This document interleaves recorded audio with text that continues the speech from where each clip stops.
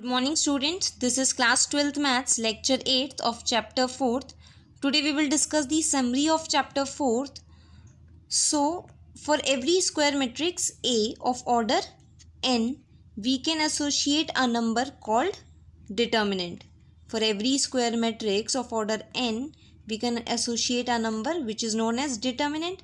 If A is the matrix of order 1, that is of order 1 cross 1, then determinant of A is this value only, right? Now if A is a matrix of order 2, then determinant of A is product of the diagonal elements minus product of the non-diagonal elements, that is AD minus BC. So if A is a matrix of order 3, then it can be expanded along any row or any column, that is you have 6 ways to expand the determinant of a matrix of order 3, right? Now if you'll expand it along the first row, so take the first element, that is A. This is the element A1 1. So you have to delete the first column and the first row. Then you will get the second order determinant, which will be EFHI, right, into minus 1 raised to the power 1 plus 1, where this is the sum of the suffixes, right? Plus now the second element B into the second order determinant, which you will get after deleting. See, this is the element A12. So you have to delete first row and second column. So you will get DFGI into minus 1 raised to the power sum of the suffixes. Now plus C, that is third element, into second order determinant, which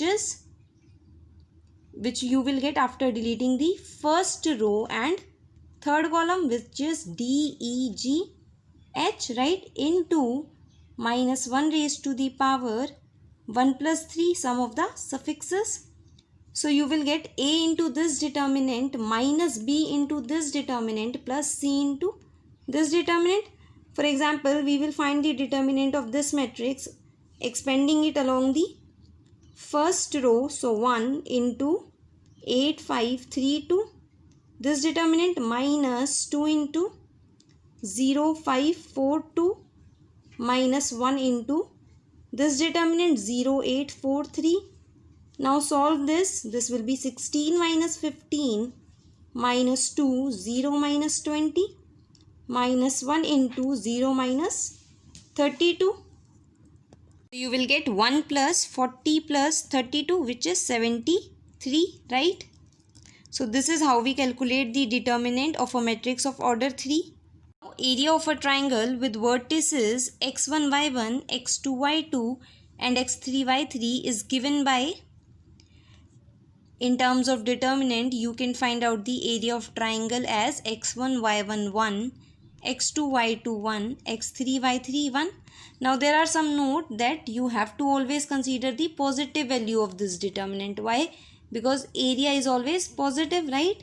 And in question, if area is already given, then you have to consider both the positive and negative values for the calculation. Clear? Now comes the minor of an element. So suppose if A is this matrix and you have to find the minor of element A12, that is minor of the element 2. It is denoted by M12, right? Now to calculate the minor of this element, you have to delete the first row and second column.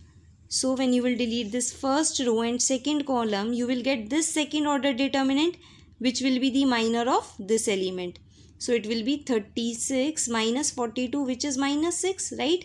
And cofactor is nothing but multiply the minor with the minus 1 raised to the power sum of the suffixes, that is 1 plus 2. So it will be minus 1 into minor is minus 6. So the cofactor will be 6. Now if you have to calculate the minor of the element 8 2 3, this is this element 6, right? So delete the second row and third column. So you will get this second order determinant 1 2 7 8. Now solve this. You will get the minor, which is minus 6. Now to get the cofactor of this element, multiply the minor with minus 1 raised to the power sum of the suffixes, right? So this will be minus 1 into minus 6, that is 6. So now there is one note that if you multiply the elements of any row or column with their corresponding cofactors, then sum of those will be determinant of A. That is, here these are the elements of the first row multiplied with their corresponding cofactors. Now sum of these will be determinant of A. And if you multiply the elements of any row or column with the cofactors of some other row or column, then the result will be 0. That is, here these are the elements of the first row, but they are multiplied with the cofactors of the second row. Therefore, this sum will equal to 0, right? Now comes the adjoint of a matrix.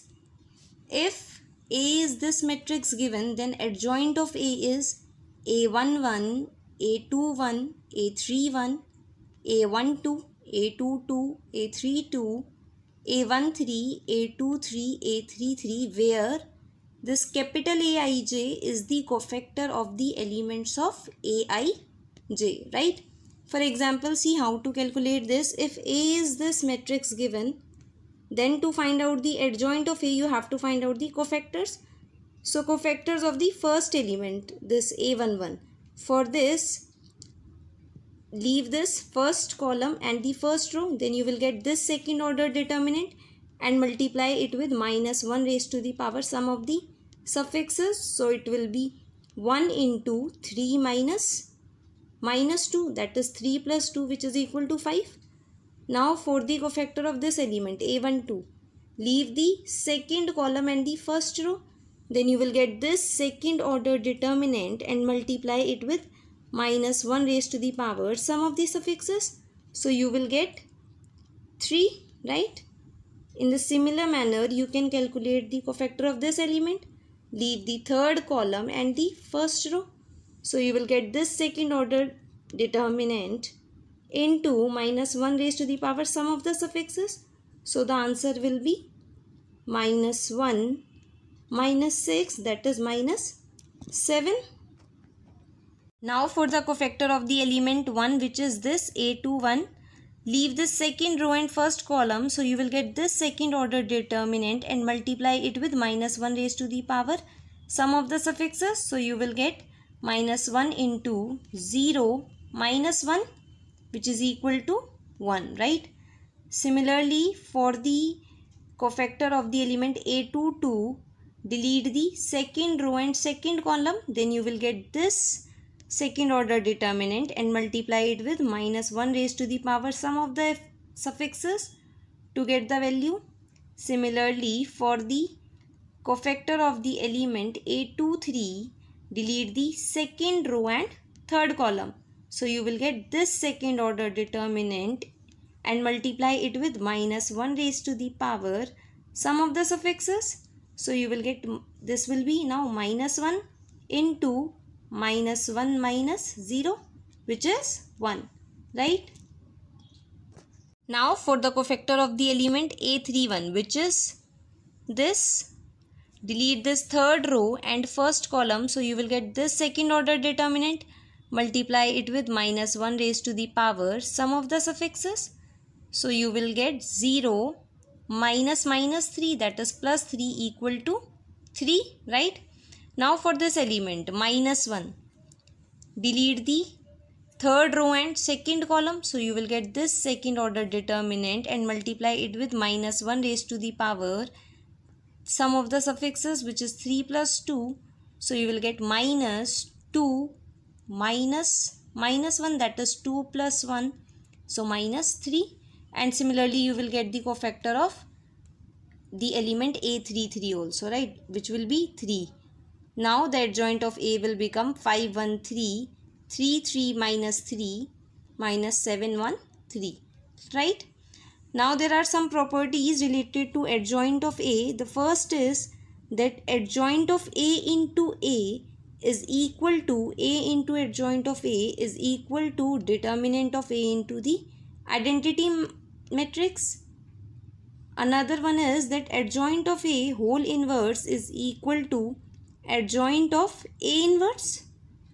Next is determinant of adjoint of A is equal to determinant of A raised to the power n minus 1, where n is the order of the matrix A. Suppose if the order of the matrix is 3, then the determinant of adjoint of A will be determinant of A raised to the power 3 minus 1, that is determinant of A raised to the power 2, right? Now determinant of AB is equal to the determinant of A into determinant of B, where A and B are square matrices of the same order, right? Now if determinant of A is not equal to 0, then we say the matrix A is non-singular, and otherwise if determinant of A is 0, then we say the matrix A is singular matrix, right? If the matrix A is non-singular, that is determinant of A is not equal to 0, then we say A inverse exists and it is equal to 1 upon determinant of A into adjoint of A, right? For example, if A is this matrix, we have just calculated its adjoint of A in the previous example. Now see, before calculating this adjoint of A, you have to check determinant of A. Here the determinant of A is 12, which is not equal to 0. That means A inverse exists. Now we will find adjoint of A, which is this. So A inverse will be 1 by 12 into this matrix, right? So your homework is that you have to prepare for the test. Okay, thank you.